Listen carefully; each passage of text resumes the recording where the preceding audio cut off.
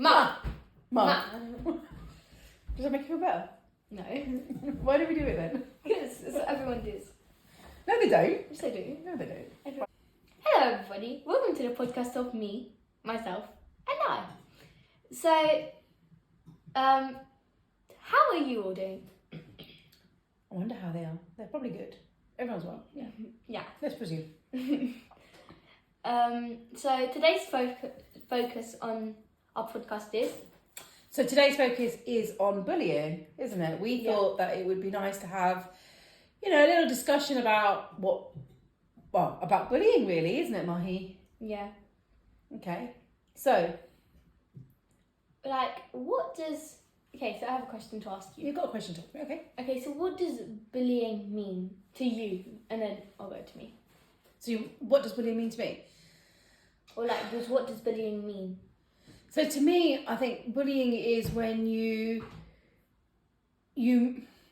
intentionally make somebody uncomfortable, uneasy. Do you know what I mean? Like you genuinely do something that's not very kind or not very nice to someone, and I think bullying can come in lots of different forms as well. So I think bullying is really where you sort of either verbally belittle someone or you kind of make them feel inferior, I think. What about you? What does it mean to you?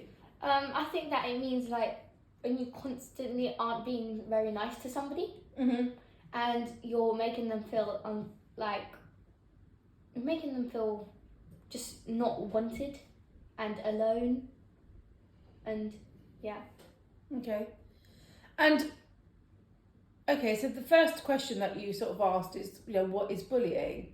What do we want to talk about? A bit about what we think bullying is. So, Mum, you've talked about bullying and what bullying means to you. Do you have any experience with bullying?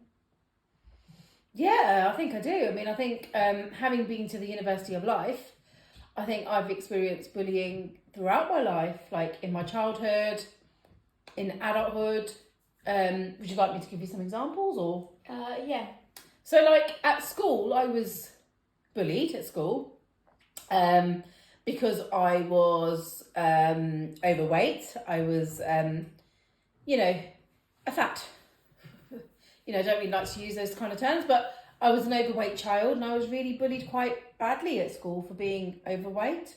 And, the bullying ranged from belittling, using bad language to describe me and kind of isolate. Do you know what I mean? It kind of you used the word isolate. I think you said isolate or lonely. Yeah, you used the word lonely. I did feel very lonely because I was bullied. Because I was being bullied and I was being made to feel like there was something wrong with me. I was different. I didn't fit in with everybody. I was kind of lonely quite a lot of the time. So, and because I was alone, I didn't have anyone to talk about my experience. I think I felt even worse about the bullying. So I think, I remember one particular incident whereby a boy in our one of the boys that were bullying me, they made up a song about me. And I remember one particular incident, and it was at break time. In our assembly hall, they used to have a piano. The boy played the theme tune to that song and sang the song to me in the whole of the hall where everybody was. And oh my God, I just felt so crap. I felt really bad, really, really low and really... What did the teachers do about it? Nothing. I didn't tell anyone. But why? Because I didn't feel like I could. I didn't feel confident enough to stand up to that situation and face and challenge the bullies because they made me feel like they were powerful. And if I told the teacher, they would make my life even worse. So, that's an example of where, in childhood, I've got many examples of childhood bullying, but that's just one example of where I was quite severely bullied, I think. If I think about it now, just talking to you about it now, really makes me think, actually, that was a horrible situation. Yeah, that's not right. But I like how you've moved on from that situation, you know? Yeah. Do you still think about it from time to time? Mm. Or have you just, like, forgotten about it and don't really care about it? I think it's something that's like a memory. Do you know what I mean? So it only comes up if there's a conversation, like today we're talking about bullying, it's come up, right?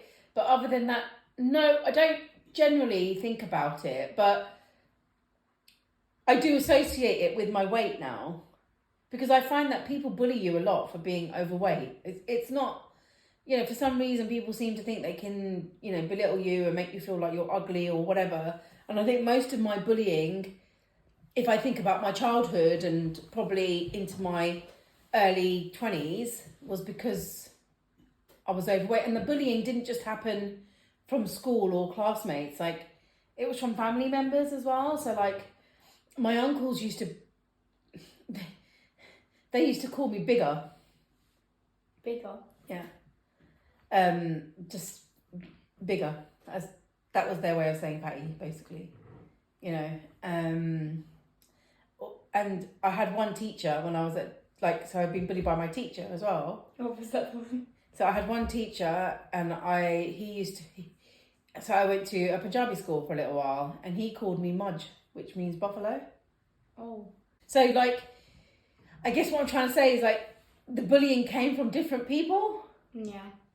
It still is a way of belittling someone, you know, making them feel really horrible about themselves, hating themselves. I probably hated myself for a long time through the bullying that I went through. Yeah, so why don't you give me an example of your school bullying or anything that you've got? Sometimes I like just the little comments about people saying, oh, you have a mustache, oh, you have a unibrow. Like, just them comments, like, it doesn't, they don't know what type of effect it brings to you. Mm-hmm.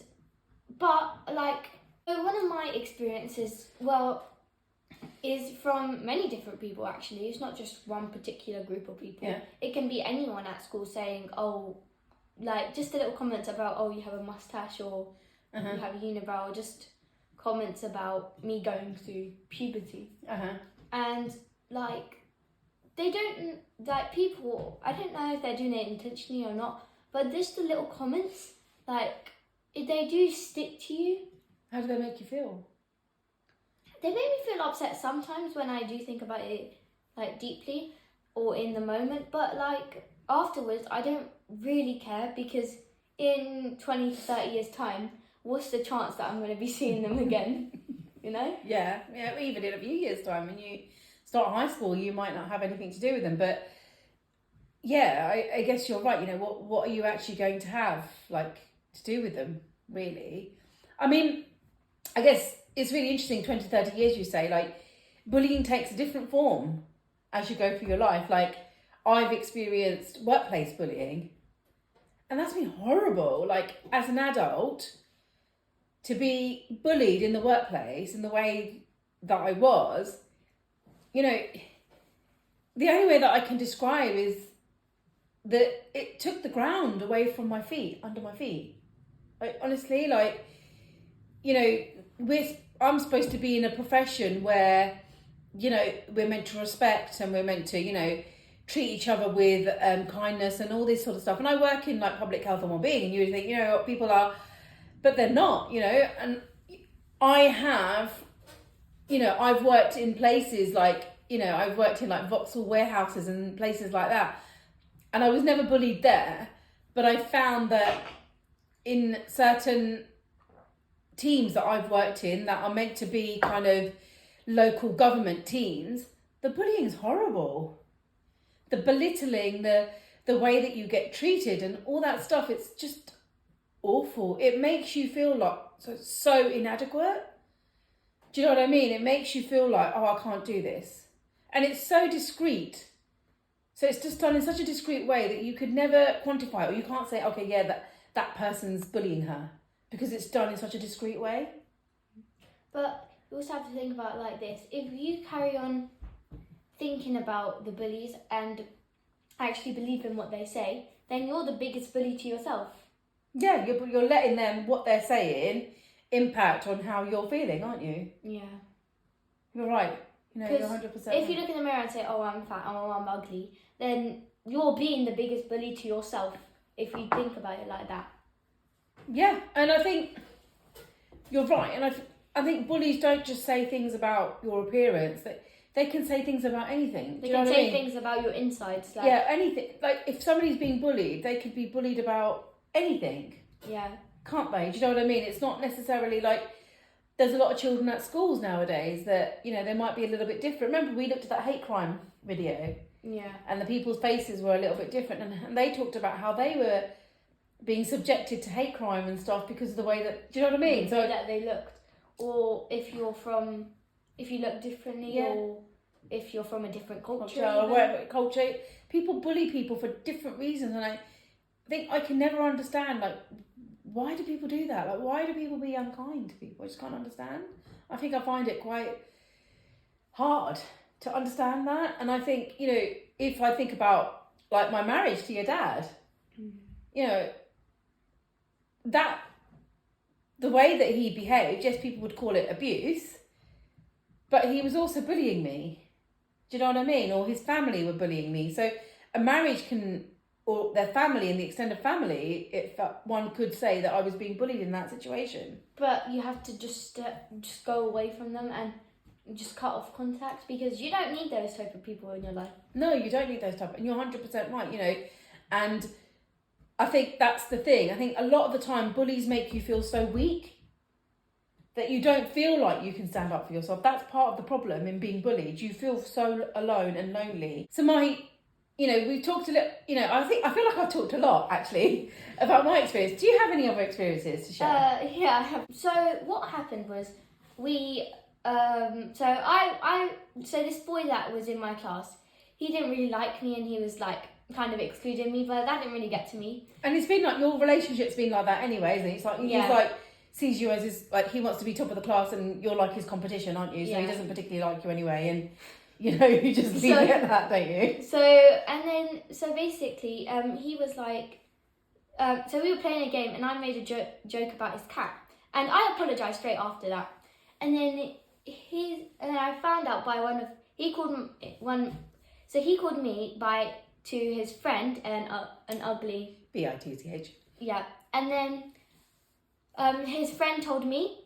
And basically, and then I confronted him about it. Yeah. And then his mum emailed... She emailed the school, didn't she? And then you found out through one of his friends that his mum had emailed the school. So what did I do then? Then you emailed the school saying, he's done something wrong. He's used this type of language. Because you and your friend got taken into the teacher's office and you got told off, didn't you? Because you treated him badly because his mum emailed the school.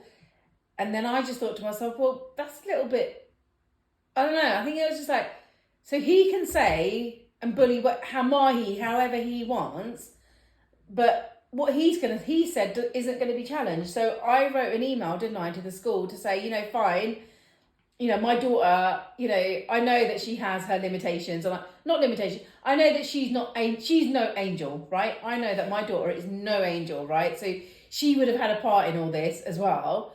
But she has apologised to him. What gives him the right to call you what he called you, didn't he? Yeah. And I think that's it. That's like, if you don't nip those things in the bud where somebody starts to behave badly with you, then it becomes prolonged bullying, doesn't it? Yes, it does. So, and I think your teacher, she did say to you, didn't she? Your teacher that spoke to you, she said lots of nice things to you, didn't she? Yeah. What did she say to you? She said that you're a smart girl, and you like... She didn't tell off anybody. She just wanted to know what happened, and she told us, if any of you lie, you know that we're going to find out. Mm-hmm. And she said, like, a lot of nice things. Like, none of us got told off that we're in the situation, but, you know, she wasn't like, oh, what happened? She's like, oh, tell me what happened, you know? Yeah. And I think I do like that about that teacher. I like that quality about that teacher, because I think she's very firm but matter of fact. And I think she was really kind when she called me about what had happened before as well. And, you know, she she said, you know, your daughter's really assertive, which was really nice. And I think,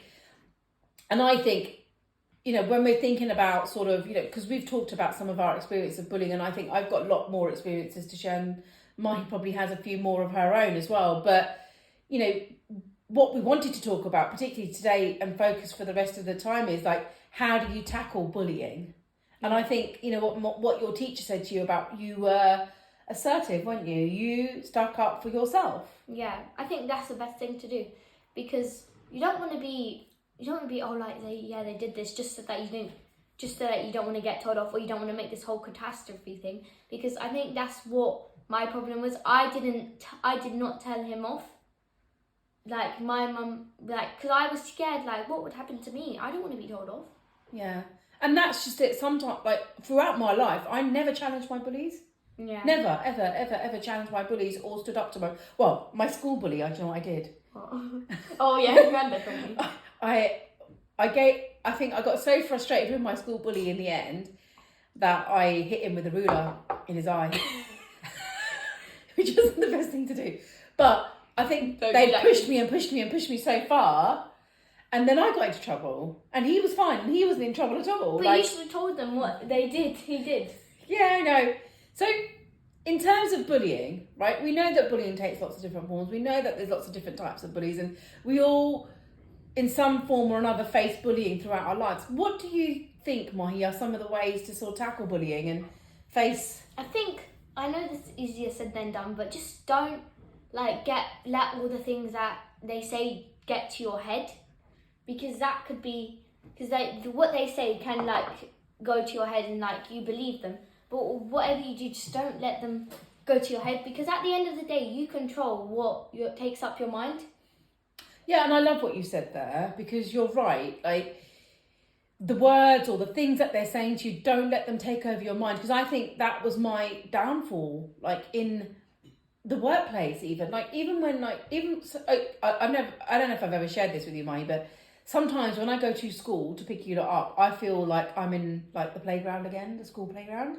Because I feel that the school mums can be bullying. Like, they behave in that kind of school girlish bullying way, but like horrible way. So sometimes I feel like I'm brought back into that situation again, where you're not part of the crowd or whatever, or they're saying something about you that's not very nice because your back's turned and all those kind of things. So I think, you know, one of the things that I've found is just step away. Don't let what people are saying affect you. Yeah. And, like, also, you have to stay strong. Yeah.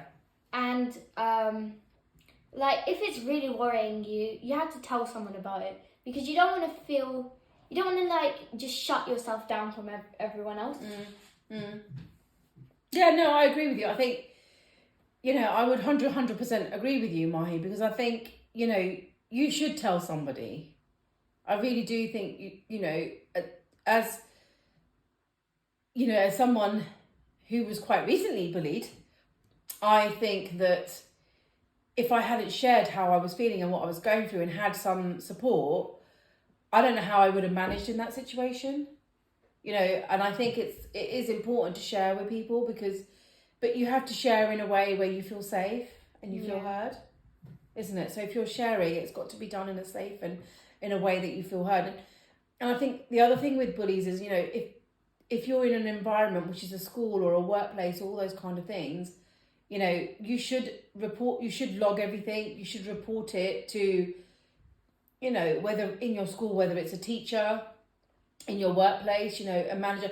People should be, going back to that point you're saying, don't let them get in your head, because once they're in your head, then you find it harder to do something for yourself. And then you start overthinking it as well. Yeah. So whereas, because, you know, you said quite rightly, once they're in your head, that's it then. So if you keep them out of your head and keep that space unoccupied by them, then you're more likely to be able to kind of do something about it for yourself. Yeah. And also, you said about, like, logging everything. You should also, if it's, like, say, for example, emails in a workplace, or even, like, text messages, they might have been once your friend and then they started sending nasty messages to you. think that you should screenshot it and maybe even print it out if the teacher wanted proof. Because what they're doing is not right. Yeah, and the only way to tackle bullying is, you know, it's hard to tackle bullying. I think when you're in it, it's really hard to tackle bullying. And I think, you know, if you are being bullied or, you know, you know of someone that is experiencing bullying, you know, it is important to sort of think about actually, you know, how do you as a person, how are you resilient enough as an individual? Somebody can say whatever they want to you and it doesn't affect you. And I think that's a really good trait to have. Yeah, like just being resilient enough to say, well, you know what, you can say whatever you like to me and behave however you want for me. It's not going to make a difference. Yeah, it's not going to make a difference to me. So I think there's a really big thing about being resilient in yourself. Don't you think so? I think you have to make yourself more resilient. But that doesn't mean you tolerate things. It just means that, you know, you can face the challenges. Yeah. You know, and just because you're in a place or bullying doesn't have to continue. You don't have to continue tolerating bullying, do you? No, you don't. Just shut it down. Yes, I think so. So, is there anything, Maahi, do you think, before we sort of say au revoir to everybody, so is there anything, Maahi, before we say goodbye to everyone that you think would be like some takeaways for you from today's bullying session? KFC. Go on, carry on. So I think that you should I've learned a lot about this episode as well, because I didn't know some of the stuff that's happened. But just be resilient and just keep your mind positive, you know, and remember you're not alone. Yeah, I love that. Yeah, and I think my takeaways would be that, you know, bullying can happen anywhere and everywhere, and that's important to remember. You know, it can happen in all places of our lives, and, you know, you have to, I think resilience is really important, and I think I love what you said about don't let them get into your mind. Yeah. You know, because that's the thing that's going to affect you the most, is when you let them get into your mind and, you know, make you think that you're not, you know, make you believe that you're something that you're not. So never, ever, ever let a bully, you know, control your mind. Yeah? Mm-hmm. So on that note, thank you very much for watching our podcast today. And, you know, we hope you've enjoyed it, and, you know, we'll take something away from our conversations. And I would encourage you, you know, if you're a parent, you know, or anyone, you know, I think, you know, these conversations are quite important. It's quite a nice way to have a conversation with your own child, or, you know, as a family, just to talk about, you know, some of these issues that your children might be facing. And it might be a way to have a discussion with your children. So do, you know, think about the podcast in that way for yourself and your family as well, you know. I think, you know, so our next episode is going to be the last of our season. So season 1 is coming to an end for me, myself and I. How do you feel, Maahi? I don't know. I mean, it feels like yesterday we were just filming our first podcast. Yeah, it's gone really quickly, hasn't it? Yeah. Yeah. So we're going to film our last episode of season 1. Our next episode is going to be about love. Love. Okay, that's an interesting subject, isn't it, Maahi? Yes. So we're going to talk a little bit about love the next time we do our podcast. So as always, we would like to say thank you for watching. And, you know, please do leave us constructive feedback, comments, you know, and if you have any ideas that, you know, me and Maahi could do for future podcasts, then do please let us know. But thank you so much for listening. Bye. Bye.